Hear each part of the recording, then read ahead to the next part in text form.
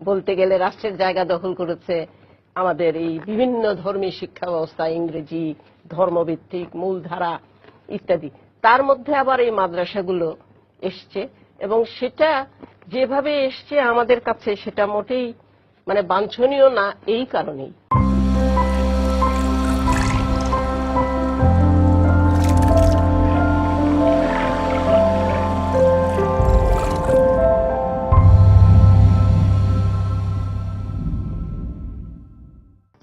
আমরা প্রধান খবরগুলো জেনে নিলাম। এবার মূল আলোচনায় যাচ্ছি মাদ্রাসা শিক্ষা নিয়ে রাজনীতি। তা শুরুটা রাশেদ আপা আপনাকে দিয়ে করতে চাই যে এই যে স্বাধীনতার ৪২ বছর পরে আমাদের মাদ্রাসা শিক্ষার যে মূল দুটি ধারা, একটি হচ্ছে কওমি এবং আরেকটি হচ্ছে আলিয়া, এবং সেখানে যেটা হচ্ছে যে এই কওমি মাদ্রাসার পাঠ্যসূচি মূল ধারা থেকে কেন এত দিনেও আলাদা আছে বা বঞ্চিত আছে তারা, বা তাদেরকে সম্পৃক্ত করা হয়নি মূলধারার সঙ্গে? একটা বিষয় একটু লক্ষ্য করা দরকার। আমাদের শিক্ষা ব্যবস্থা এখন যেটা আছে সেটাকে যেটা আমরা বলি যে প্লুরালিস্টিক, যে সেখানে এক ধরনের রাষ্ট্র পিছু হটেছে, বলতে গেলে রাষ্ট্রের জায়গা দখল করেছে আমাদের এই বিভিন্ন ধর্মী শিক্ষা ব্যবস্থা, ইংরেজি, ধর্মভিত্তিক, মূলধারা ইত্যাদি। তার মধ্যে আবার এই মাদ্রাসাগুলো এসছে এবং সেটা যেভাবে এসছে আমাদের কাছে সেটা মোটেই বাঞ্ছনীয় না। এই কারণেই যে কোনো দেশের শিক্ষা ব্যবস্থা, আমি তো মনে করি যে কোনো নাগরিকের মৌলিক শিক্ষা নিশ্চিত করা রাষ্ট্রের দায়িত্ব। সেখানে অন্যরা থাকতে পারে, কিন্তু তাদেরকে একটা নিয়মতান্ত্রিকতার মধ্যে আনতে হবে। আমরা শুধু দেখেছি বিভিন্ন সময় শিক্ষানীতি হয়েছে, কোন সরকারের সময় তেমন ভাবে গৃহীত হয়নি, এই সরকারের সময় গৃহীত হয়েছে।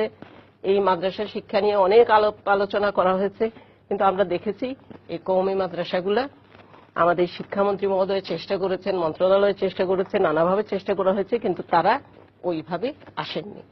এমনকি আমরা দেখেছি যারা গবেষণা করেন তারাও যখন তথ্য সংগ্রহ করতে যান কওমি মাদ্রাসাগুলা সহায়তা করেন না। তো যেখানে আমাদের কাছে তথ্য নেই, যেখানে কোনো নিয়মতান্ত্রিকতার ভেতরে একটা শিক্ষা ব্যবস্থা নেই, সেখানে মানুষের কল্যাণে কতটুকু লাগছে, আমাদের সন্তানেরা সেখানে কি লেখাপড়া করছে, এটা আমাদের জানার ঘাটতি আছে। ঘাটতি আছে বলেই যেটা বললেন আপনি যে ৪২ বছর ধরে কেন চলে আসছে, এটা আমি বলবো এক ধরনের রাষ্ট্র পাশ কাটিয়ে গেছে এদেরকে। সেই জায়গাটা থেকে যদি আমরা দেখি তাহলে দেখব যে সুযোগটা নিয়েছে, যে এখানে রাষ্ট্রের দুর্বলতা, শিক্ষা ব্যবস্থা সব নাগরিকের জন্য নিশ্চিত করতে পারেনি, সেখানেই তৈরি হয়েছে এই সুযোগগুলো। আপনি এর আগে বলছিলেন যে আমরা স্টুডিওতে আসার আগে যে আপনারা একটা উদ্যোগ নিয়েছিলেন যখন দায়িত্বে ছিলেন, সেই উদ্যোগগুলো কি ছিল?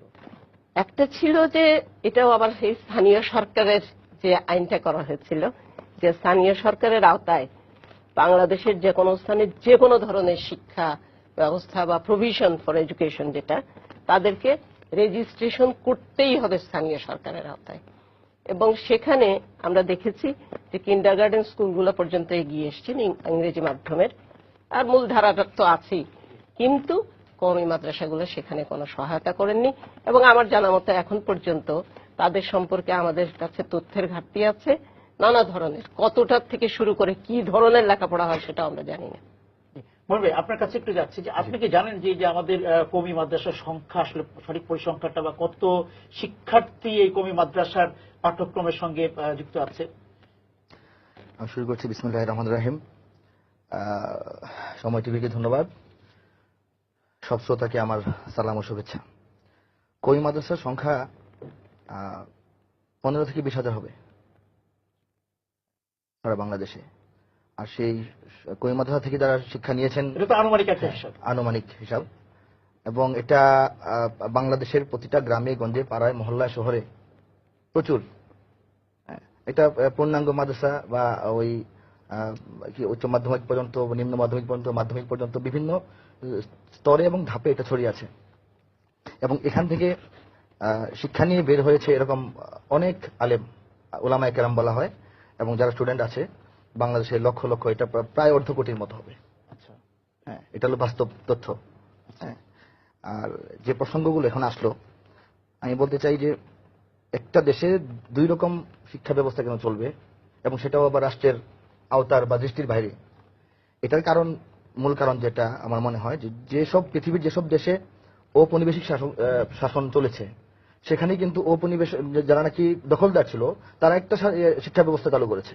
আগে একটা ছিল যেটা নাকি জাতীয় শিক্ষা ব্যবস্থা, যেটা সেই দেশের আসল শিক্ষা ব্যবস্থা, যে শিক্ষা ব্যবস্থাটা সেই দেশের জনগণ এবং নাগরিকের একদম প্রাণের আপন।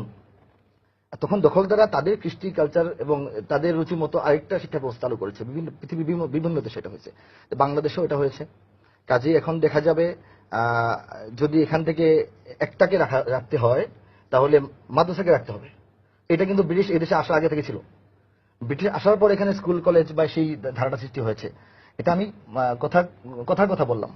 আর যদি একটা ব্যবস্থা করা হয় যে মৌলিক শিক্ষাটা দাঁড় করানো, যে সবাই একটা মৌলিক শিক্ষা সবাই পাবে, তারপর যার যেদিকে ইচ্ছা যাবে, কিন্তু মৌলিক শিক্ষাটা সবাই একরকম পাবে, সেটা যদি করা হয় তাহলেও সেই মাদ্রাসা থেকে ফিরে আসতে হবে। কারণ মৌলিক শিক্ষাটা একটা জাতির 90% মানুষের যে বিশ্বাস ধর্ম বললে অনেকে একটু মাইন্ড করেন, আমি বলব যে বিশ্বাস, যে চেতনা, সেটার অনুকূলে যে শিক্ষা, সেটাকে পুরোপুরি সমৃদ্ধভাবে সাজানো সেই শিক্ষাটাকে যদি মৌলিক শিক্ষা হিসেবে না রাখা হয় তাহলে তো এটা আর বাকি অগণতান্ত্রিক হয়। বাকি 10 ভাগ যে রয়ে গেল, আমি সেটাও বলতেছি যে বাংলাদেশের একটা রাষ্ট্রভাষা আছে, সেটা বাংলা ভাষা। পাহাড়ে কিন্তু বাংলা ভাষা বলা হয় না, পাহাড়িদের রাষ্ট্র ভাষা কিন্তু বাংলা নয়। এরপরেও কিন্তু অধিকাংশের ভাষা হিসেবে রাষ্ট্রভাষা বাংলা। ঠিক তদ্রুপ বাংলাদেশে অধিকাংশের ধর্ম হিসেবে রাষ্ট্রধর্ম ইসলাম, এবং সেখানে মূল ব্যবস্থাটা এটা থাকতে হবে। আর যারা আছেন তারা আমাদের ভাই, এবং তাদের সুরক্ষা, তাদের আরাম, তাদের অধিকার, এগুলো নিশ্চিত করা রাষ্ট্রের এবং ইসলামেরও দায়িত্ব, এবং সেটার একটা ব্যবস্থা পাশাপাশি রাখা, এটা কোনো বিষয় না, এটা রাখা যাবে। সেটা রক্ষা করে শিক্ষার জন্য মাদ্রাসায় ফিরে যেতে হবে, মাদ্রাসা শিক্ষাটাই মানে অবলম্বন হতে পারে। এই বিষয়ে আপনার মন্তব্যটা? মাদ্রাসা একটা ব্যাপার ঠিকই বলেছেন, মাদ্রাসা একেবারে যাকে বলে অবিচ্ছিন্নভাবে দেশে 232 বছর ধরে আছে। এদিক দিয়ে খুব প্রাচীন। মাদ্রাসার সমান্তরাল যে সংস্কৃত শিক্ষা ছিল, অমুসলিম যারা এ করত, তারা কিন্তু সেখানে কিন্তু অনেক রদবদল হয়েছে, তারা ওরা ছেড়ে দিয়ে ইংরেজি ধরেছে ইত্যাদি ইত্যাদি। কিন্তু এই যে মাদ্রাসার ব্যাপারটি 1781 সালে ইস্ট ইন্ডিয়া কোম্পানি কলকাতা মাদ্রাসা স্থাপন করলো, এবং এখন পর্যন্ত সেই মাদ্রাসার শিক্ষা কিন্তু কোনো জায়গায় কোনো গ্যাপ নেই, বাদ পড়েনি। তো এদিক দিয়ে মনে হতেই পারে এটা সবচেয়ে শক্তিশালী, তাই না, 100 বছর ধরে আছে। কিন্তু মানুষ মাদ্রাসায় পড়ি আর স্কুল কলেজে পড়ি, মূল কথাটি তো ব্যক্তি মানুষের জীবন ধারণ। সেই জীবন ধারণটা চলে পৃথিবীর রদবদলের সঙ্গে, সে অনুযায়ী, তাই না? তো মানুষ যখন দেখবে যে মাদ্রাসায় পড়ে আর চাকরি বাকরি হচ্ছে না, বা মাদ্রাসায় পড়ে একমাত্র মসজিদ ইমামতি বা একেবারে ধর্ম সংক্রান্ত কিছু যে জায়গা আছে সেসব জায়গা ছাড়া কোনো চাকরির ক্ষেত্র তৈরি হচ্ছে না। একই ভয়ে কিন্তু পাহাড়িরা, উনি যেটা বললেন, পাহাড়িরা বাংলা ভাষা ছাড়বে না, কারণ তারা বিচ্যুত হয়ে যাবে মূল ধারা থেকে। এই ভয়টা তাদের মধ্যে কাজ করে। আমি এখানে দু একটা কথা বলতে চাই। রাশেদা চৌধুরী আমার শ্রদ্ধাভাজন এবং তিনি খ্যাতিমান বিদগ্ধ মানুষ। আমার ওই পাশে যিনি বসে আছেন তিনিও আমার চেয়ে অনেক অগ্রসর। আমি যেটা বলবো যে আলোচনা থেকে যেটা পেলাম যে মাদ্রাসা সহায়তা করে না রাষ্ট্রকে, এটা আড়াল সৃষ্টি করে রাখে। এটা মাদ্রাসা যদি রাষ্ট্রের আওতায় আসে, রাষ্ট্র যদি মাদ্রাসাকে স্বীকৃতি দিতে চায়, তাহলে মাদ্রাসা যেরকম কিছু আরো সমৃদ্ধি দরকার, যে অবস্থা আছে সেই এই অবস্থায় কিন্তু স্বীকৃতি দিয়ে দিবে না। এখানে যে আরো আধুনিক জ্ঞান বিজ্ঞানের প্রয়োজন, আরো সমৃদ্ধি দরকার, ঠিক তদ্রুপ রাষ্ট্র স্বীকৃতি দিলেই যে মাদ্রাসা সেটা নিয়ে নেবে, এরকম না বিষয়টা। কারণ মাদ্রাসা দেওবন্দ যখন প্রতিষ্ঠা হয়েছিল, এটা ব্রিটিশ বিরোধী আন্দোলনের, স্বাধীনতা আন্দোলনেরই একটা মূল চেতনা থেকে, এটা শুধু একটা শিক্ষা প্রতিষ্ঠান ছিল না, দেশের তাহজিব তামাদ্দুন শিক্ষা সংস্কৃতিকে ধরে রাখার জন্য দেওবন্দ হয়েছিল। এবং সেই দেওবন্দ প্রতিষ্ঠার পর একটা শিক্ষার মাধ্যমে একটা বিপ্লব তৈরি করে যে দখলদারদেরকে তাড়ানোর চিন্তা হয়েছিল, এখন তারা চলে যাওয়ার পর 100 বছর পরেও আমাদের রাষ্ট্র ব্যবস্থায়, সমাজ ব্যবস্থায়, শাসন ব্যবস্থায়, বিচার ব্যবস্থায়, অর্থ ব্যবস্থায় যদি তাদেরই আমরা অনুকরণ করতে থাকি, তাহলে আমরা তো গোলামি থেকেই বের হতে পারলাম না। আমি মনে করি মাদ্রাসা ওয়ালা যারা আছেন তারা এখন স্বাধীন, আগের মতো স্বাধীন আছেন, গোলামের শিকল তাদের গায়ে জড়াইতে পারে নাই। এবং এই রাষ্ট্রকেও কিছু শর্ত মানতে হবে, তারা স্বাধীন হতে হবে। প্রকৃত অর্থে আমাদের দেশ, রাষ্ট্র, শাসন ব্যবস্থা, বিচার ব্যবস্থা এগুলি স্বাধীন নয়। আমি যেগুলো কথা বললাম, এখন আমরা ইংরেজির অনুসরণ করি আমাদের আইনে, আমাদের সংস্কৃতিতে, আমাদের পোশাক লেবাসে। মাদ্রাসা আমাদের সঙ্গে প্রকৃত স্বাধীন এবং দেশপ্রেমিক শক্তি। শুরুর দিকে বলেছিলাম আমরা শুরু করতে যে আমাদের সঙ্গে মিরপুরের বাসা থেকে সঙ্গে আছেন লেখক বদরুদ্দিন ওমর। আমরা একটু তার কাছে যাচ্ছি। বদরুদ্দিন ওমর ভাই, আপনি নিশ্চয়ই আমাদেরকে শুনতে পাচ্ছেন। আপনার কাছে জানতে চাচ্ছি, আপনি নিশ্চয়ই আমাদের এই তিনজন আলোচকের কথা শুনেছেন। তাই এখানে বলা হচ্ছে যে মবিন খান সাহেব বললেন যে, হ্যাঁ মহিব খান সাহেব বললেন যে যেটা হচ্ছে যে মৌলিক শিক্ষার জন্য মাদ্রাসার কাছে ফিরে যেতে হবে। হ্যাঁ, এই বিষয়ে আপনার বক্তব্য একটু জানতে চাচ্ছি।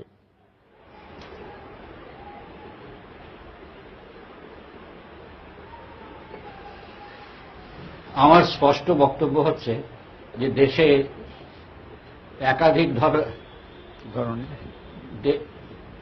সাধারণভাবে একাধিক কোনো শিক্ষা ব্যবস্থা রাখার কোনো প্রয়োজন নেই। আপনার কাছে একটা বিষয় জানতে চাচ্ছি। আসলে মাদ্রাসা যে শিক্ষা ব্যবস্থা,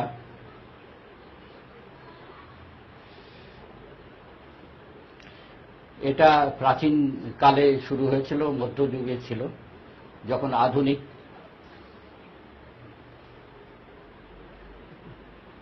শিক্ষার কোনো ব্যবস্থা ছিল না। কাজেই শিক্ষা এমন একটা জিনিস যেটা সমাজের অবস্থার উপর নির্ভরশীল।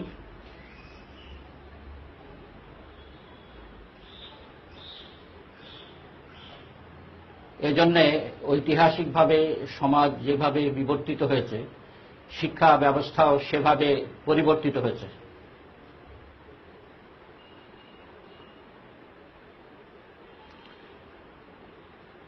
কাজেই মাদ্রাসা শিক্ষা যেটা প্রাচীন এবং মধ্যযুগে ছিল,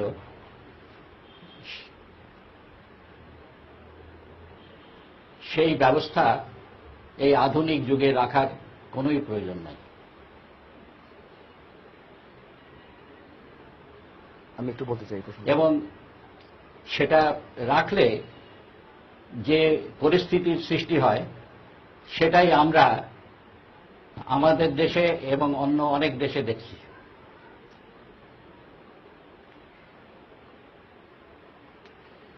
তাছাড়া এখানে মাদ্রাসা শিক্ষার অন্য একটা ব্যাপারও আছে।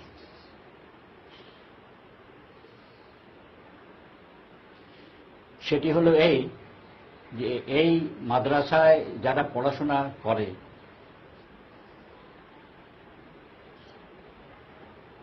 তারা সব দরিদ্র পরিবারের সন্তান,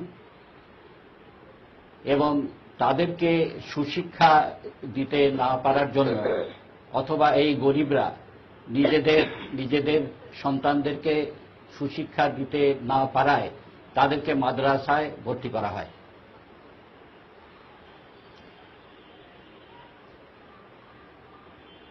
এখানে একটা সমাজের মধ্যে যে সাধারণভাবে বৈষম্য আছে, সেই বৈষম্যেরই একটা দিক হলো এই মাদ্রাসা শিক্ষা।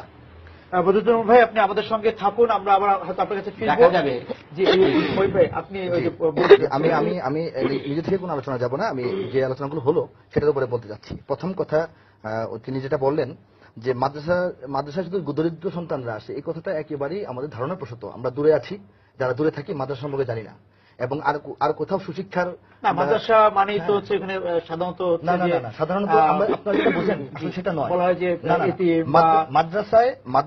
মাদ্রাসায় এতিমদের জন্য অনেকে নিয়ত করে দেয় যে সেটা হতে পারে, সেটা হতে পারে, এটা অপশন আছে মাদ্রাসায়, যে এতিমদের যাদের পড়ালেখার সুযোগ নাই, যাদের বাবা মা নাই, বেতনও খুব কম, তাদেরকে মাদ্রাসায় শিক্ষা দেওয়ার একটা ব্যবস্থা আছে। এটা মাদ্রাসার একটা গুণ বলতে পারেন। তাই বলে পুরো মাদ্রাসা ব্যবস্থাটা বা সব মাদ্রাসা শুধু এতিমদেরকে দিয়ে চলে আর দরিদ্ররাই এখানে আসে পেটের তাগিদে, এরকম না। এখন বর্তমানে বাংলাদেশের যে অবস্থা, পাড়ায় পাড়ায় গ্রামে গ্রামে স্কুল আছে, গম দেওয়া হচ্ছে, টাকা দেওয়া হচ্ছে।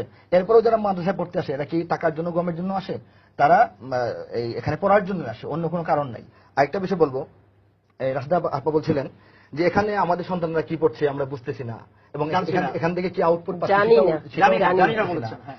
এটা আসলে ঠিক না, এটা মানে ঠিক না বলবো না, ও হয়তো উনি জানেন না এই জন্য কি পড়ছেন, এটা হয়তো বা কি পড়া হচ্ছে এটা হয়তো জানেন না, কিন্তু এখান থেকে আমরা আউটপুট কি পাচ্ছি।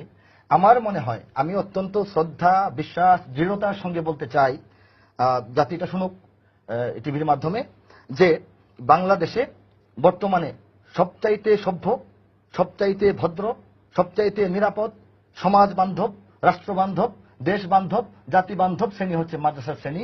এবং বর্তমান রাজনীতির যে মানে বিশৃঙ্খল অবস্থা, সমাজ ব্যবস্থার যে বিশৃঙ্খল অবস্থা, চরিত্রের যে মানে কি বলে, আমাকে বলতে দেন, বিশৃঙ্খল অবস্থা, এই অবস্থায় যদি মাদ্রাসা না থাকতো, মাদ্রাসা শিক্ষার্থীরা না থাকতো, মাদ্রাসা পন্থীরা না থাকতো, তাহলে জাতি এবং দেশ সর্বশেষ আস্থাটুকু রাখার জায়গা পেত না। আচ্ছা, আনোয়ার ভাই, আপনি বলেন যে এখানে উনি বলেছেন যে সমাজ বান্ধব একটা আমাকে একটু শিক্ষা- সময় দেন, আমি কথা শেষ করতে না, চাই। একটু একটু আধা মিনিট কথা শেষ করতে পারলে আমার ভালো হবে। একটু সময় নিচ্ছি আপনার কাছে। না, বলবো। আমি এটা বলবো, এটা আমরা আলোচনায় অগ্রসর হবো, ঠিক আছে, কিন্তু এইটুকু সবার এখানে আমার মনে হয় মেনে নিয়ে তারপর আগাইতে হবে। যেমন ব্যক্তি চরিত্র গঠন, যদি একটা শিক্ষার যদি মূল শিক্ষার আসল জিনিসটা কি, চাকরি করা নয়, চাকরি করাটা দ্বিতীয়, প্রধান হচ্ছে যে একটা মানুষ হবে, ব্যক্তি চরিত্র তার গঠন হবে, পারিবারিক বন্ধন সে রক্ষা করবে, সামাজিক সভ্যতা সে বজায় রাখবে, জাতীয় শৃঙ্খলা তার দ্বারা হবে, নীতি নৈতিকতা আদর্শ থাকবে। এটা মাদ্রাসার বাইরে আমি কোথাও দেখি না, খুব কম আকারে দেখি। এবং আমি একটা বাক্য আবার বলতে চাই যে সমাজের যে সামাজিক সমস্যা, বাংলাদেশের জাতীয় যে সমস্যাগুলো, চুরি, ডাকাতি, ছিনতাই, রাহাজানি, চাঁদাবাজি, টেন্ডারবাজি, সন্ত্রাস, দুর্নীতি, সুদ, ঘোষ, চোরাচালান, কালোবাজারি, মাদক, যৌতুক, ইফটিজিং, এসিড নিক্ষেপ, ধর্ষণ, শিক্ষাঙ্গনে সন্ত্রাস, অস্ত্রবাজি, হল দখল, শিক্ষকদের লাঞ্ছিত করা, অপসংস্কৃতি, এগুলো কি মাদ্রাসায় হচ্ছে না? ভাষা এই যে মোটেও না। অবশ্যই অবশ্যই হচ্ছে বিনয়ের সাথে। আচ্ছা, আমরা একটু কৌমি মাদ্রাসায় এরকম ঘটনা ঘটছে না, এবং আমি জোরদারভাবে বলতে চাই, আমি ওনার কাছে জাতীয় প্রশ্ন করব। প্রবলেমগুলি আমি তুলে ধরলাম। আপনি একটু ওনাদেরকে এই বলতে দেন। জাতীয় প্রবলেম আমি বলতে দেবো, জাতীয় প্রবলেমগুলির সঙ্গে মাদ্রাসার সমাজ কোনোভাবেই আমাদের সম্পৃক্ত সময় শেষ নয়। হচ্ছে, হয়ে যাচ্ছে না, একটু মহিবে আমরা একটু হাত নামানোর চেষ্টা আমি তাহলে আপনাকে বলি, তার সমস্ত কিছু বন্ধ করে দিয়ে যত রকম স্কুল আছে, হ্যাঁ, শিক্ষা ব্যবস্থা নানা রকম আছে, তো সব না, বন্ধ করতে হবে, কিন্তু আধুনিক শিক্ষা কেবলমাত্র মাদ্রাসা ছিল। অবশ্যই তা নয়। আধুনিক শিক্ষার যে কথাটা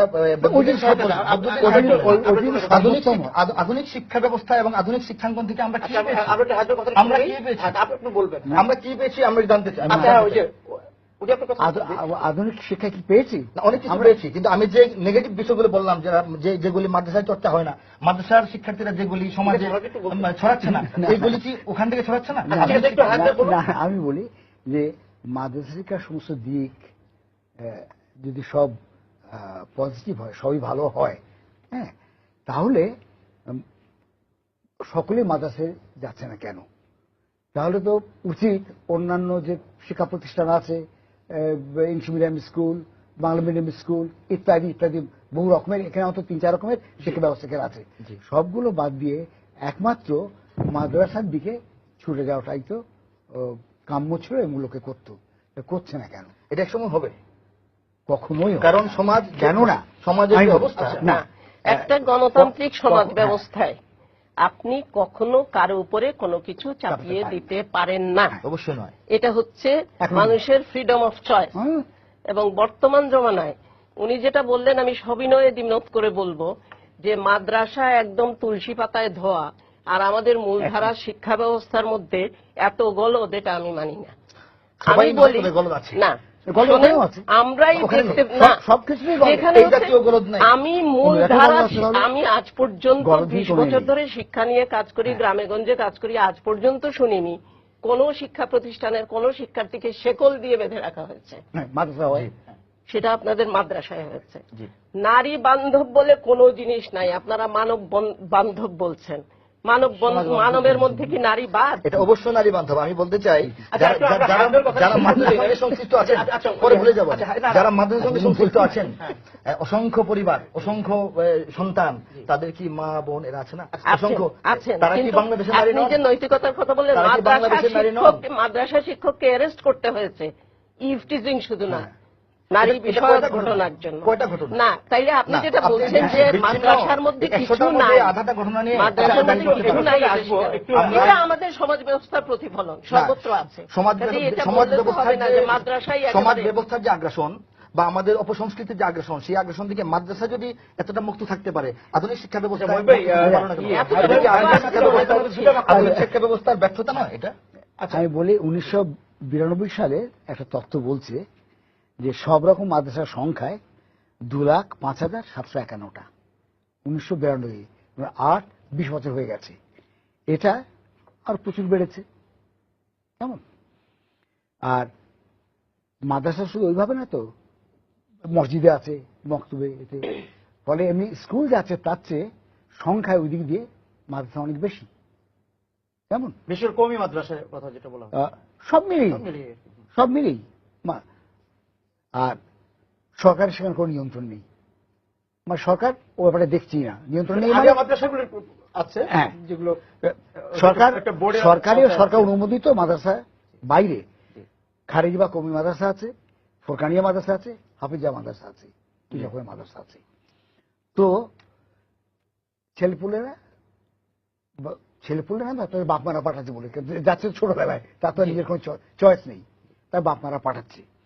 বাপ মারা যে পাঠায় তার আমি যতদূর জানি একটি হলো মাদ্রাসায় আর্থিক অনুদান বা খাওয়ানো টাওয়ানো এগুলো হয়, ফলে এদিক দিয়ে সংসারে একটু সাশ্রয় হয় যে ছেলেটা খাওয়ার জন্য আমাকে চিন্তা করতে হচ্ছে না। আমরা দেখেছি কিছু মানুষজন না, এটাও আছে, শুধু খাওয়ার জন্য দিয়েছে এরকম আমার জানার মধ্যে একটাও নাই। ওনার সাথে আমি বলি কিছু কিছু মানুষজন যাদের সাথে আমরা এরকমও শুনেছি যে আচ্ছা আমার যদি 3টি সন্তান হয় একটি মাদ্রাসায় দেবো, মানত করে অনেক মানুষ। আমি এটা আমাদের সাধারণ অত্যন্ত মানুষের ছোট মধ্যে দৃষ্টিভঙ্গি এগুলি যে আমরা মানতের সন্তান নিয়ে আর এই যে না, না, আপনারা বলেন না, ওটা সেটা বিশ্বাস, সেটা নয়। আমি বলছি আপনার সঙ্গে একটু আমি যোগ করি, আপনি ওই বিষয়গুলো একটু বলবেন ওটা তারা ইচ্ছে করে যে আমাদের যে কওমি মাদ্রাসার যে পাঠ্যক্রম, সেখানে মানে প্রধান যে মাধ্যম পড়ার সেটা হচ্ছে উর্দু, ফার্সি এবং আরবি। বাংলাটা এখন উপেক্ষিত, এবং বিশেষ করে এই যে মাতৃভাষার এই যে জ্ঞান চর্চা থেকে তারা বঞ্চিত হচ্ছে, এবং বাংলাদেশের যে ইতিহাস, আমাদের ভাষা আন্দোলন, আমাদের মুক্তিযুদ্ধ ইতিহাস, সেগুলো সঠিকভাবে পড়ানো হয় না বলে অভিযোগ রয়েছে। এই বিষয়টা একটু আলোকপাত করবেন। এমনি দোষ হবে নিজেদের উপরই দেবো, মানে যারা বাংলার চর্চা করছি, বাংলা নিয়ে করছি। মাদ্রাসা নিয়ে আমাদের কোনো খুব চিন্তা দুশ্চিন্তা কিছু আছে বলে মনে করি। আমাদের ধরে গেছি মাদ্রাসাটা আলাদা ব্যাপার, এ নিয়ে আমাদের কিছু করা নেই। যারা বিশ্বাস করে তারা এতে দেয়, আর মাদ্রাসা যে স্কুলে দিতে পারছে সে মাদ্রাসায় দেয় না, এইরকম একটি ধারণা আমাদের আছে। এবং সেই ধারণা যে অসত্য এরকম নয়, কেননা বাপ মায়েরা ছেলে মেয়েদের যে এটা পাঠায়, মানে শিক্ষায়তনে পাঠায়, তাকে তো দাঁড় করাবার জন্য, সেই দাঁড় করার একটি লক্ষ্য তো হচ্ছে সে অর্থনৈতিকভাবে একসময় স্বাধীন হবে। তো সেই সুযোগটা সবচেয়ে বেশি তো মাদ্রাসার বাইরে যে শিক্ষায়তনগুলো আছে সেসব শিক্ষায়তনে। ফলে বিত্তমান লোকজন বা শিক্ষিত আমাদের যে সেকুলার এই তো শিক্ষিত লোকজনের ছেলেমেয়েরা মাদ্রাসায় যায় না বলে, বা গেলে অত্যন্ত কম পার্সেন্টেজ হতে যায়। আর ওই যে রাশিয়া যে কথা বললেন যে আমার 3-4টা ছেলে মেয়ে, আমি মনে মনে ভাবলাম একজনকে আমি এ করে দেবো, এটা খ্রিস্টানদের মধ্যেও আছে।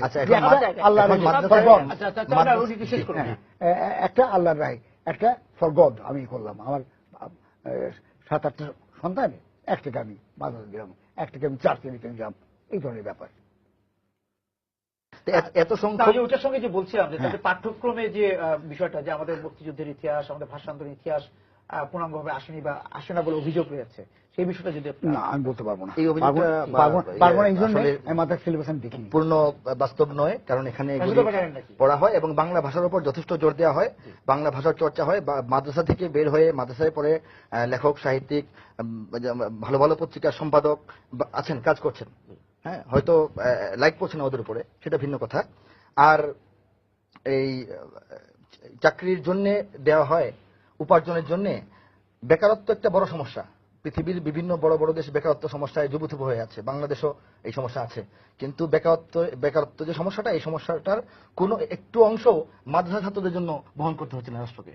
মাদ্রাসার কোনো ছাত্র এখন পর্যন্ত অল্প বা বেশি রোজগার করছে এবং তারা ভালো আছে, সমাজকে ভালো রাখছে। বেকারত্বের সমস্যায় মাদ্রাসা কোনোভাবেই দায়ী নয়, এটা আমি বলতে চাই। আর একটা কথা বলবো যে হীনমন্যতার কারণে বা বাধ্য হয়ে মাদ্রাসায় দেন, এই কথাটা এটা আমাদের একটা অত্যন্ত ভুল ধারণা। এই ধারণা থেকে আর কোনো কথা মনে হয় বলা ঠিক হবে না। এটা বাস্তবের সঙ্গে যায় না, বাস্তবের সঙ্গে যায় এটা না। বোধহয় কথাটা বোধহয় হীনমন্যতা বোধ থেকে আসেনি, যেটা এসছে যে দিতে পারছে না অন্যত্র বলে দিচ্ছে, সেটাও না, একটা সেটা হচ্ছে বিষয় না, আছে। সেরকম হয় না। এরকম না, ধরেন আগে প্রথমে আমাদের আগে স্কুলে আশেপাশেই চেষ্টা তো করে আছে। ব্যর্থ হয়ে হ্যাঁ। তারপর মাদ্রাসা দিয়ে দিচ্ছে, এরকম আমরা পার্সেন্টেজ তো অনেক কম। না না টু- যেভাবে টু- এটা আমি হয় কিনা? কিন্তু শুরুতে একটা কথা বলে নিয়েছি যে মানে রাষ্ট্র অনেক জায়গায় ব্যর্থ হচ্ছে, সেই জায়গাটা দখল করেছে এই ধরনের অনেক শিক্ষা প্রতিষ্ঠান। যেমন আমি বলবো যেটা হলো যে সে চেষ্টা করেছে ধরেন ভালো একটা স্কুলে ভর্তি করতে, সেই ভর্তি বাণিজ্যের হ্যাঁ, সব পরে তাকে আচ্ছা, একটা চয়েস তার নিতেই হয়েছে যে ভর্তি সন্তানটাকে বাণিজ্য কিন্তু যখন ছিল না, পড়াতেই আপা, চায়। ভর্তি না বাণিজ্যের তখন বিষয়টা এত যখন ছিল সংখ্যা না, বেশি ছিল না, ভর্তি তখন বাণিজ্য সংখ্যা যখন আপনাদের ছিল না, বেশি তখনও ছিল না। মাদ্রাসা ছাত্র ছিল। না আমাদের ছিল মাদ্রাসা সবসময়। এবং, আমি তখনকার আবারও ছাত্ররা বলছি, এখন ওলামায়ে কেরাম। আবারও বলছি যে আপনাদের একটা এটা আপনারা একটা গণতান্ত্রিক সমাজে আমাদের একটা টেলিফোন আছে, টেলিফোনটা নিয়ে নিই। ফ্রিডম অফ চয়েসের জায়গা থেকেই এসছে এবং আচ্ছা, সেই আমরা জায়গাটাকে একটা আপনাদের টেলিফোন, সম্মান করতে নিয়ে হবে। নিচ্ছি। আমাদের সঙ্গে একজন দর্শক আছেন টেলিফোনে। দর্শক কে আছেন? পরিচয় দিয়ে প্রশ্নটা করুন। জি, আসসালামু আলাইকুম। জি, ওয়ালাইকুম আসসালাম। আমি দস্তগীর বলছিলাম চিটাগং থেকে। জি, জি, আমার আসলে প্রশ্নটা হচ্ছে এই মুহিত খান সাহেবের কাছে। জি বলুন। জি জি, আমার বিষয়টা জানতে চাচ্ছিলাম আপনার কাছে। আসলে ইসলাম হচ্ছে শান্তি ধর্ম, জি, ঠিক আছে? জি। যে আপনারা বিভিন্ন মাদ্রাসায় জি, এবং বিভিন্ন ধর্মীয় শিক্ষা প্রতিষ্ঠানে আপনারা তো শান্তির পক্ষেই যে জিনিসটা, ইসলামের যে মূল বিষয়টা সেটি জি। আপনারা দেখান, ঠিক আছে? জি, জি, সেটি শিক্ষা দেন।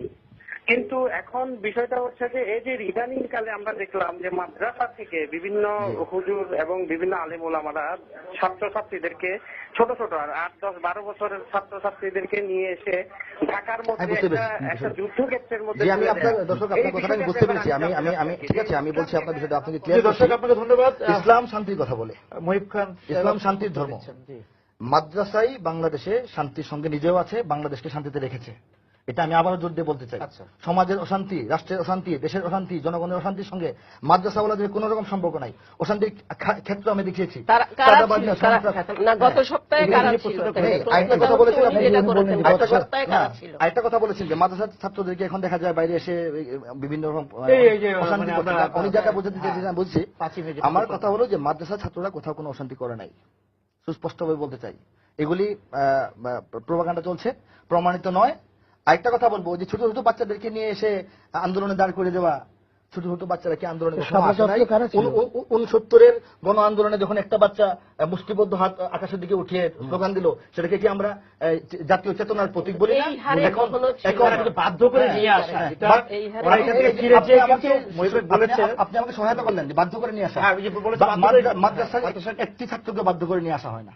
আমি আমি আমি এবং তারা কিন্তু আমি এখান থেকে challenge ফিরে যেয়ে করলাম। বলেছে, আমরা পরবর্তী যেটা না, এটা দেখেছি তারা আপনি- বলেছে। তারা- এখানে তারা ছিল। এখানে এসে তারা মানুষ মানে ছোট মানুষ, ছোট মন, ছোট কলিজা, তারা তো ঢাকার রাস্তা চিনে না। এখানে তাদেরকে যে ভীতিকর অবস্থার সম্মুখীন করা হয়েছে, তাই নিয়ে আসে পেরেছিল। নিয়ে আসা হয়েছিল কেন? মা হ্যাঁ, বাবা তারা ব্যতিরেকে কি নিয়ে ঢাকার আসা। রাস্তা চেনে কিনা? নিয়ে আসা হয় নাই। হ্যাঁ। তো? আমি জানি মাদ্রাসার ভিতর অবস্থা আমি জানি। যদি একটি মাদ্রাসায় যদি কোনো উস্তাদ, কোনো প্রিন্সিপাল বলেন যে এই আন্দোলনে আমরা যোগ দেব না, কোরআনের পক্ষের কোন আন্দোলনে আমরা যোগ দেব না, আমাদের মাদ্রাসায় বাদ থাকবে, আমরা অশান্তি হতে পারে, গন্ডগোল হতে পারে, তোমরা যেতে পারবে না, সেই মাদ্রাসায় উনি টিকতে পারবেন কিনা সন্দেহ আছে। ছাত্রদের মধ্যে এই জাগরণ থাকে, ছোট বাচ্চাদের মধ্যেও থাকে। আমি বাস্তব কথাটা বললাম। তাহলে আপনি তারপরে বলতে রেজিস্ট্রেশন চাচ্ছেন- না, তারপরে আপনারা- মাদ্রাসায়- আপনারা বাধ্য আমি করে বলি। superintendent। হ্যাঁ, তারপরে আচ্ছা, মাদ্রাসায়- এরকম হয়ে হ্যাঁ, গেছে। তারপরে মাদ্রাসায় রেজিমেন্টেশন এই- একটু বলে দেন, না, আপনারা আমি শেষ বলছেন। করে ওনাকে দিচ্ছি, শেষ করে দিচ্ছি।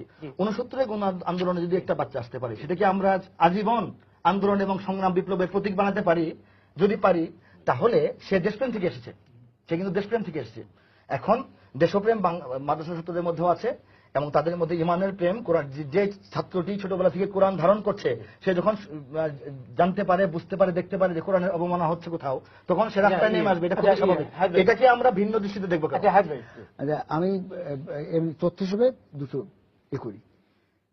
আমরা জানি ক্ষুদ্রতা খোদা কমিশন হয়েছিল 1974 সালে, প্রকাশিত হয় তার রিপোর্ট, কিন্তু প্রচার করা হয়নি।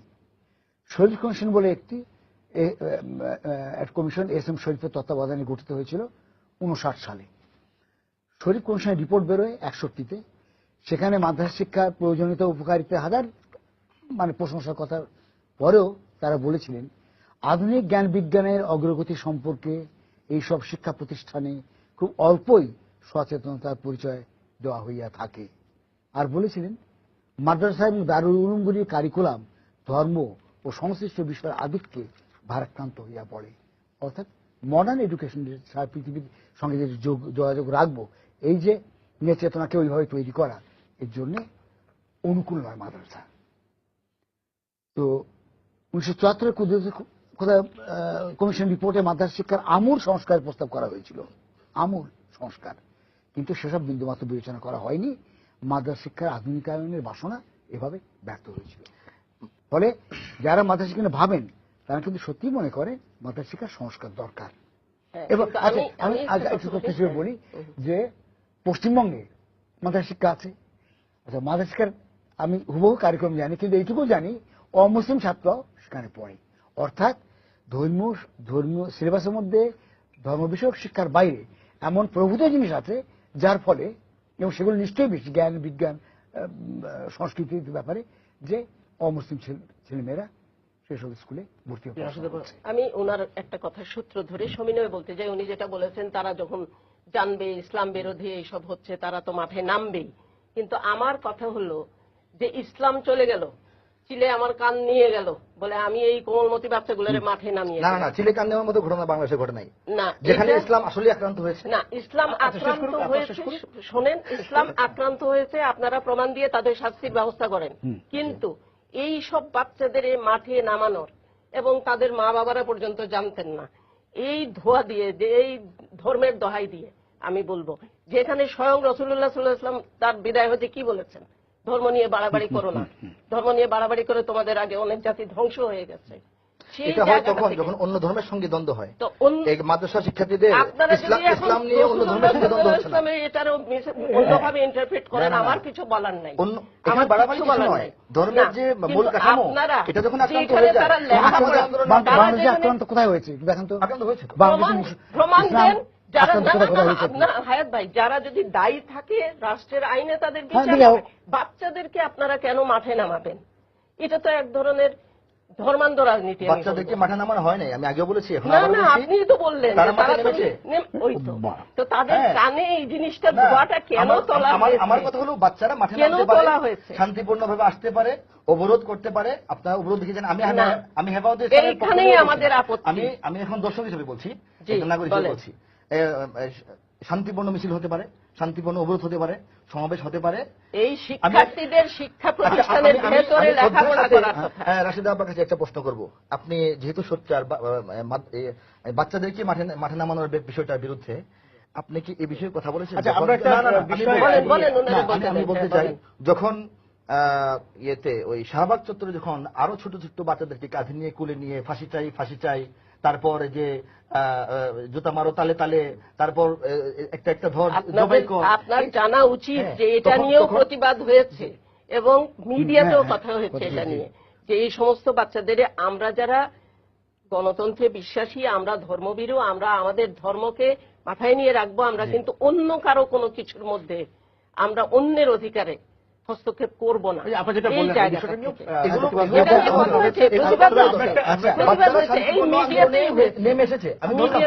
আমরা বললাম যে বাচ্চারা শান্তিপূর্ণ আন্দোলনে নেমে এসেছে। এখন যে কথাটা উঠে যে দেখেন এনে বিপদে ফেলা হলো, বিপদটা তো যারা তৈরি করেছেন তারা তৈরি করেছেন, বিপদটা তৈরি তারা জানতেন না যেখানে বাচ্চারা। হ্যাঁ, আমি আপনাকে জিজ্ঞেস করতে চাইছি, আপনি কি মনে করেন বাংলাদেশে ইসলাম বিপন্ন? ইসলাম বিপন্ন সময় হয় না, এই মুহূর্তে ইসলাম বিপন্ন মনে করেন কিনা, এটা এক নম্বর প্রশ্ন আমার। তারপরে যদি মনে করেন আপনাকে এখন উত্তর দিতে হবে কেন মনে করেন, বলেন তাহলে ইসলামটা কিভাবে থাকলে বিপন্ন হয় না বলে আপনি মনে করেন? না, আমি আপনাকে বাংলাদেশে ইসলামের সুবিধা বা সুদিনটা আমাকে দেখান যে কোন কোন দিক থেকে।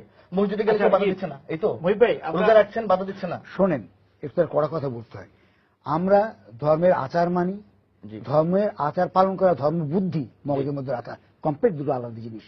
ইসলাম হচ্ছে না, ইসলাম হওয়ার কথা নয়, আমি মানুষের কথা বলছি। ইসলাম বিশেষজ্ঞ না, সেজন্য আমরা ওই আমার বলতে মূল কথাটা হচ্ছে যে শিক্ষার্থীদের ব্যবহার করা আমার ঠিক না। ধর্মবুদ্ধি কতখানি আমার সমস্ত কাজে, দৈনন্দিন কাজে, সামাজিক কাজে ব্যবহার করছি, সেই জায়গায় দেখছি ইসলাম তো ইসলাম কিন্তু ব্যক্তি জীবনে শুধু কথাটা পালনের বলেই নি, জন্য আমি নয়। বাক্যটা শেষ করি। আমাদের এখানে সংখ্যাগরিষ্ঠ মুসলমান সকলেই মসজিদে যান, নামাজ পড়েন এবং সর্বত অর্থেই সে ধর্মীয় আচার পালন করে থাকেন। কিন্তু ধর্মবুদ্ধি, আমি আগে বলেছি ধর্মবুদ্ধি ব্যাপারটা অন্য জিনিস। ধর্মবুদ্ধি দ্বারা যদি তারা চালিত হতেন তাহলে কোর্টে গেলেই দেখবেন জমি জমার কেস কত কত রকমের ঠকানোর কেস আর কত কিছু, এগুলো কোর্টে গেলেই, মানে এগুলো বাস্তব প্রত্যেক অভিজ্ঞতা, কোর্টে গেলেই বোঝা যাবে যে লোকের ধর্মবুদ্ধি জাগ্রত হয়নি, সে শুধু আচার পালন করছে। আচার পালন করা আর ধর্মবুদ্ধি জাগ্রত করা, ধর্ম জাগ্রত করা মানে যত ধার্মিক হওয়া আলাদা। এখন ইসলাম, আমি একটু রাশেদ আপনার কাছে যাচ্ছি। আপনি শুরুতে বলেছিলেন যে রাষ্ট্রের এক ধরনের ব্যর্থতা, কিন্তু আমাদের রাজনৈতিক দলগুলোকে যে মাদ্রাসা শিক্ষা, মাদ্রাসা শিক্ষার্থী, এই যে বিষয়গুলো, কমি মাদ্রাসায় যে বিভিন্নভাবে মাদ্রাসা বেড়ে ওঠা, এগুলোকে তাদের ভোট ব্যাংক হিসেবে ব্যবহারের একটা প্রয়াস বা প্রবণতা কি তাদের মধ্যে আছে? এটা তো সবসময় আছে। এই যে পরিস্থিতিটা ঘোলাটে হচ্ছে, এটা কিন্তু নির্বাচনী রাজনীতির একটা অংশ। এটা উনি নিশ্চয়ই স্বীকার করবেন। এটা নির্বাচনী রাজনীতির মধ্যে পড়ে গেছি আমরা, এটা অস্বীকার করা বরাবরই এই এবং বাংলাদেশ এই ধরনের মানে আমাদের জনগণ রাজনৈতিক স্বার্থবাদী কিছু চক্র, কিছু অংশ থাকে, এটা আছে। সেটা আলাদা বিষয়। দেখি, আমরা দেখি যে পরিস্থিতি যখনই অশান্ত হয় তখন কিছু কিছু বিশেষ স্বার্থান্বেষী মহল তারা এসে তখন ওই জায়গাটা তখন সুযোগ নিতে চায় এবং ঘোলার পানিতে মাছ শিকার করতে চায়, এটা হয়। কিন্তু সেখানেই আমাদের বিষয়টা হলো যে সব রাজনৈতিক দলের কাছে এটা একটা মানে অনুরোধ থাকবে যে কোনো সময় একজন শিক্ষাকর্মী হিসাবে যে শিক্ষাটাকে যে কোনো দলীয় রাজনীতির ঊর্ধ্বে রাখা,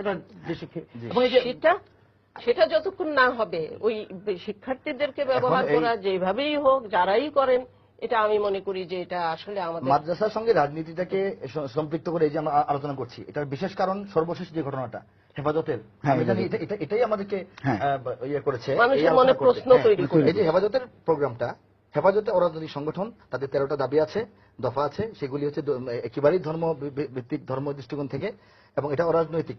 এখন কথা হলো যে এখানে রাজনীতিতে ব্যবহার করা হলো কিনা। এই যেখানে হেফাজতের প্রোগ্রামটা ছিল এর আশেপাশে কিন্তু গন্ডগোল হয়েছে, ধ্বংসযজ্ঞ হয়েছে, এবং পরের দিন দেখানো হয়েছে ঢাকার এই অবস্থা হয়েছে। এই চেহারা কিন্তু হেফাজত ওয়ালারা করে নাই। হেফাজত ওয়ালারা বলতে আমি বলতেছি, হেফাজতের ডাকে যে মাদ্রাসার যে শক্তিটা আসছে, মাদ্রাসাপন্থী, কওমিপন্থী স্টুডেন্ট, টিচার্স এবং জনগণ, তারা কিন্তু করে নাই। যদি করতো তাহলে আমরা প্রত্যেকটা চ্যানেল যখন এই পল্টনের এবং এই যে বাইতুল মোকাররমের ঘটনা দেখায়, 2টা ক্যামেরা প্রত্যেক চ্যানেলে সচল ছিল। একটা ছিল ঘটনাস্থলে আর একটা ছিল সমাবেশে। সমাবেশ কিন্তু শান্তিপূর্ণভাবে চলছিল। সাপ্তাহে যেটা চলছিল সেটা ছিল মাদ্রাসা ছাত্রদের, আর যেটা বাইরে হয়েছে এটা বাইরের স্বার্থান্বেষী রাজনৈতিক মহলের। মিরপুরে বসে আছেন তার কাছে যাচ্ছি। বদিউদ্দিন ভাই, আপনি আমাদের আলোচনা নিশ্চয়ই শুনছিলেন আমাদের 3জন আলোচকের কথা। এই যে মাদ্রাসা শিক্ষার্থীদের যে রাজনৈতিকভাবে ব্যবহার করা হচ্ছে বা মাদ্রাসা শিক্ষা নিয়ে যে রাজনৈতিক ব্যবহার, এই বিষয়ে আপনার পর্যবেক্ষণটা যদি একটু আমাদেরকে বলেন।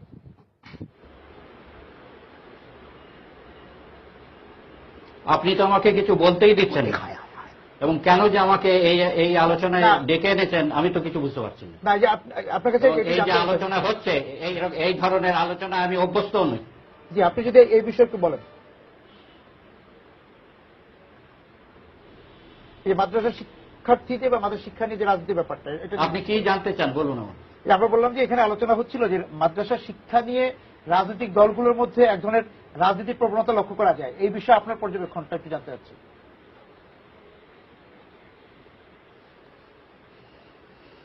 আমি তো প্রথমেই যে কথাটা বলেছি যে একটা শিক্ষা ব্যবস্থা একটা সমাজের সাথে সম্পর্কিত। একটা আধুনিক যুগে যে শিক্ষা ব্যবস্থা, সেই ব্যবস্থার সাথে উপযোগী যদি শিক্ষা ব্যবস্থা না হয় এবং সেখানে নানা ধরনের ব্যবস্থা যদি থাকে, তাহলে যে অবস্থা হয় বাংলাদেশে তাই হয়েছে। একদিকে এখানে একটা সাধারণ শিক্ষা ব্যবস্থা, সেখানে অনেক রকম আছে, তারপরে মাদ্রাসা শিক্ষা, সেখানেও মাদ্রাসা শিক্ষা অনেক রকম আছে, এবং এই মাদ্রাসা শিক্ষাটা আসলে হচ্ছে ছাত্রদের মধ্যে মাথার মধ্যে কোনে মানে যেটা হচ্ছে যে আসলে আলো দেওয়া, একটা আলোকিত করা। কিন্তু মাদ্রাসার যে সিলেবাস পাঠ্যক্রম, এইটা হচ্ছে আসলে এমন একটা টাইম মেশিন মানুষের মাথায় বসিয়ে দেয়, যে টাইম মেশিন মানুষকে ঠেলে 1000 বছর পেছনে পাঠিয়ে দেয়। কাজে এই 1000 বছর পেছনের শিক্ষা, এই পেছনের শিক্ষা নিয়েই কিন্তু তারা এই আধুনিক রাজনীতির ক্ষেত্রে নামে। এই যে হেফাজতের 13 দফা কর্মসূচি, এই 13 দফা কর্মসূচি হচ্ছে এমন এক কর্মসূচি যার সঙ্গে আধুনিক জীবনের কোনোই সম্পর্ক নেই, রাজনীতির কোনো সম্পর্ক নেই। এখন এই 13 দফা কর্মসূচি দিয়ে তারা বলছে এইখানে বাংলাদেশে এটা কার্যকর করতে হবে। তারপরে যেটা আমি আগে বলেছি যে এখানে এই শিক্ষা বৈষম্যের একটা ব্যাপার, এবং এখানে যে সম্পাদক সাহেব যিনি, মৌলভী সাহেব যিনি, আমি নামটা ঠিক বলতে পারছি জানি না, তো উনি যে বলেছেন যে এখানে চাকরি বাকরি শুধু, যেমন বলা হলো যে চাকরি হয় না, হ্যাঁ, তাদের কোনো জীবিকার সংস্থান হয় না মাদ্রাসায় পড়লে অনেকের, আজান দেওয়া এবং ইমামতি করা, জানাজা পড়ানো ছাড়া। তো এখানে চাকরির ব্যাপারটা উনি বললেন যে গুরুত্বপূর্ণ না। এই কথাটাই ঠিক, চাকরির ব্যাপারটা গুরুত্বপূর্ণ না, কারণ চাকরির ব্যাপারে হিসাব বসাবে তারা যারা আধুনিক শিক্ষা পায়, এবং এই গরিবদের যে বাচ্চাদেরকে সেইখানে দেওয়া হয়, এটা ইচ্ছা করেই দেওয়া হয় যাতে সমাজে তারা মাথা তুলে না দাঁড়াতে পারে, তারা না, কোনো না, না, না, প্রকৃত আপনারা শিক্ষা না বাস্তব পায়। থেকে অনেক দূরে চিন্তা করেন, অনেক দূরে এবং চিন্তা এজন্যই এই করেন বলে মনে হচ্ছে এবং মানুষ বৈষম্যমূলক মনে করবে। যে শিক্ষা ব্যবস্থার এখানে সৃষ্টি হয়েছে, এবং এই কওমি মাদ্রাসার মতো মাদ্রাসা এখানে শত শত এখানে গড়ে উঠেছে, হাজার বোধহয় গড়ে উঠেছে, লক্ষ লক্ষ ছাত্র এখানে পড়ছে, এবং এদের আসলে সর্বনাশ করা হচ্ছে। এরা আমরা শান্তিতে অনেকে আছে জানি এবং যে অনেক জাতিকে শান্তিতে ভদ্রলোক রেখেছে। আছেন, মধ্যবিত্ত ভদ্রলোক, আধুনিক শিক্ষা ব্যবস্থায় আধুনিক শিক্ষার্থীরা জাতিকে শান্তি দিতে পারে নাই। নিজেরা তারা কেউই মাদ্রাসায় নিজেদের ছেলেদেরকে দেন না। জি, বদরুদ্দীন ভাই, আপনাকে অনেক ধন্যবাদ আমাদের সঙ্গে থাকার জন্য। রাশেদা ভাই, যে একটা বিষয় আমরা মনে হয় যেতে পারি, সেটা হচ্ছে যে এই যে কওমি মাদ্রাসা একটা শিক্ষা সনদ তৈরি হয়েছে এবং সেই শিক্ষা সনদটা প্রধানমন্ত্রীর কাছে জমা দেওয়া হয়েছে। এই শিক্ষা সনদ সম্পর্কে আপনি কিছু জানেন কিনা, যে সেখানে তারা শিক্ষা নীতির মাধ্যমে মূল পাঠ্যক্রমের সঙ্গে সম্পৃক্ত হতে চাচ্ছে? হ্যাঁ, শিক্ষা কমিশন তাদের করা জাতীয় না, শিক্ষা কমিশন না, যে জাতীয় শিক্ষা নীতি প্রণয়ন কমিটি, জি, তারা কওমি মাদ্রাসাগুলোকে আহ্বান জানিয়েছিলেন, এবং তাদের যে সংগঠন আছে সেখানে আহ্বান জানানো হয়েছিল যে তারা যেন অংশ নেন। তারা অংশ নিতে পারেননি এবং তারা বলেছেন তারা তাদের মতো করে করে দেবেন। সেটা সম্প্রতি নাকি জমা হয়েছে। তো এটাও আমাদের একটা জাতীয় শিক্ষানীতি থাকা অবস্থায় আরেকটি শিক্ষানীতি, এটা কিভাবে হবে আমরা জানি না। আর দ্বিতীয় হলো যে লক্ষ লক্ষ যারা পড়ছে তাদের ভবিষ্যৎটা কি হবে সেটাও আমরা জানি না। এবং সেখানে যে কথাটা শ্রদ্ধেয় বদরুদ্দিন ওমর যে কথাটা বললেন, যে খালি চাকরির সংস্থান তো না, এখন যেটা হচ্ছে যে আমাদের যারা সামনে এগিয়ে গেছে, যে দেশটা যেভাবে যে সমস্ত দিকে অর্থনীতি বলি, রাজনীতি বলি, সবকিছুর ক্ষেত্রেই তো অনেকখানি অগ্রগতি আছে। একটা অগ্রগতির জায়গা তো হচ্ছে আমাদের ছেলে মেয়ের সমতা প্রাথমিক এবং মাধ্যমিক শিক্ষায়। সব কিছুকে যদি চ্যালেঞ্জ করা হয় নানা দফার মাধ্যমে, তাহলে তো আমরা আবার সেই বদরুদ্দিন ওমর স্যার যারা বলেছেন যে মধ্যযুগেই আমাদের ফিরে যেতে হবে। আচ্ছা, এই দফাগুলির মধ্যে কি আপনি যে কথা বলেন, ছেলে মেয়ের সমতা বা আমাদের অগ্রসরতা, প্রগতির পথে অন্তরায় হবে, এরকম কিছু আছে কি? আছে, বলা হয়েছে যে ছেলে মেয়ে সমানভাবে মিশতে পারবে না, ছেলে মেয়ের কাজে কর্মে একদম আলাদা করে দেওয়া হয়েছে। আলাদা যদি হয়, প্রবলেমটা কোথায়?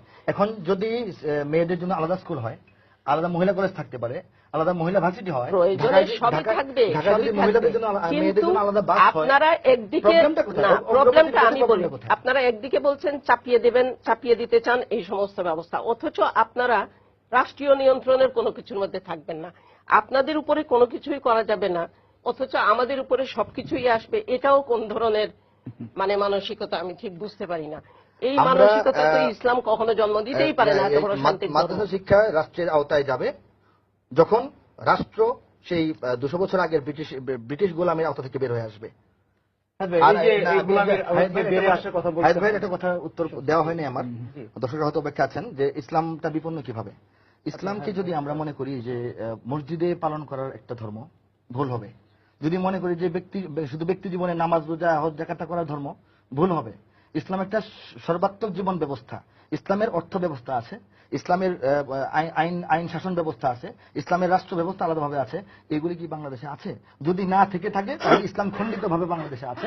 এবং এরপরে যদি মনে করেন যে ইসলাম বিপন্ন নয়, ইসলাম পূর্ণাঙ্গ আছে, এটা ভুল হবে। আচ্ছা, আমি রাষ্ট্রের আওতায় আসবেন না, না, আমি যদি 200 বছর আগে না এদেশের 90% মানুষ আচ্ছা। মনে করে না যে ইসলাম বিপন্ন আছে, আচ্ছা, তাহলে হ্যাঁ। তারা মূলধারার গণতান্ত্রিক দলগুলো। আচ্ছা, আমি আপনার 200 কাছে বছর আগে ফিরে যাওয়ার কথা না, আমি আপনার কাছে একটা মনে করার সাথে বিষয় না, মানুষ হয়তো মানুষের চয়েসটা তো আপনার আমাদের হাতে মানুষ যদি চয়েস করে ইসলাম বদলাবে, ইসলাম বদলে যাবে না, ইসলাম বদলাবে না। সেটাই।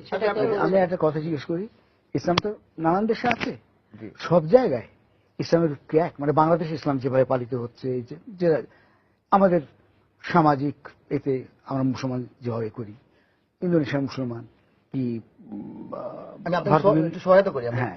এই কথাটার উত্তর দেবেন, ক্লিয়ার করবেন সবাইকে, যে এই যে ইদানিং নতুন করে যে আল্লাহ রাসূলের উপরে জঘন্য ভাষায়, জঘন্য প্রক্রিয়ায় আক্রমণ এলো, হ্যাঁ। এটা কি ইসলামের বিপক্ষে? না না, এটা যদি প্রমাণ করতে পারেন আমরাও তার বিরোধিতা করব। হ্যাঁ, প্রমাণ তো হয়নি মনে হয়?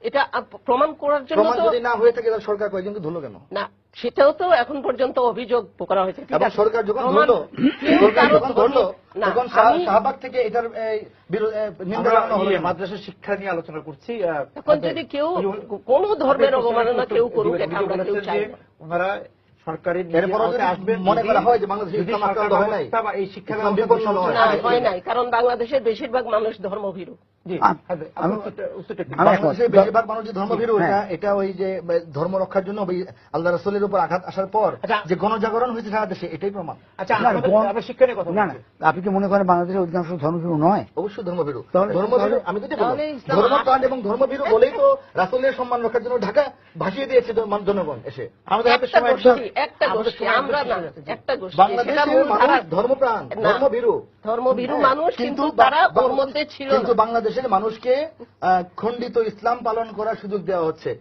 পূর্ণ ইসলামটাকে আমরা মনে পালন করি না। করার জন্য এটা সুযোগ এটা দেওয়া আমি হচ্ছে। কিন্তু আমি কিন্তু এটা তো অফেন্স আমি নেব। তো চোখে আঙুল দিয়ে দেখে দিলাম, আমি আপা। কখনো আমি আমরা চোখে না, আঙুল দিয়ে দেখে এটা দিলাম আমি- যে এটা আমি offense ইসলাম নেব। ধর্মটা আপনি আমাদের বাংলাদেশের মানুষের মন মানসিকতাকে ছোট করতে পারেন না এটা বলে যে খণ্ডিত ইসলাম পালন করে থাকে। ইসলামের এই বিষয়গুলো কোথায় তাহলে? এটা অস্তিত্ব কোথায় বাংলাদেশে? মানুষ কিভাবে মানুষ আচ্ছা, ইসলাম আমরা ধর্ম পালন আলোচনাটা করে? এখানে এটা আমি- শেষ করবো আজকে। ইসলামের বিচার ব্যবস্থা কোথায়? আমাদের না, আমরা এটা আলোচনা আপনি এখানে শেষ দেশের করছি। সাধারণ জনগোষ্ঠীকে রাশেদ আপা, হেয় করবেন না। ধন্যবাদ। আজকে সুদ ব্যবস্থা ইসলাম মহিউদ্দিন হারাম আমাদের করেছে, সঙ্গে যোগ সেই দিয়েছেন, সুদের উপর ধন্যবাদ যদি এবং হায়াত আমাদের ভাই, অর্থ ব্যবস্থা ওইটা আরেকটা আলোচনার বিষয়, ওইটা আরেকটা আলোচনার বিষয়। ইসলামের বাইরে নয়। এই মহিউদ্দিন ওমর ভাই ইসলামের ছিলেন। বাইরে নয়। ওনাকে আমাদের সঙ্গে থাকার জন্য ধন্যবাদ, এবং দর্শক যারা আজকে এই সম্পাদকের এই আলোচনার সঙ্গে আমাদের সঙ্গে ছিলেন তাদেরকেও ধন্যবাদ জানিয়ে শেষ করছি আজকের সম্পাদকীয়। শুভরাত্রি।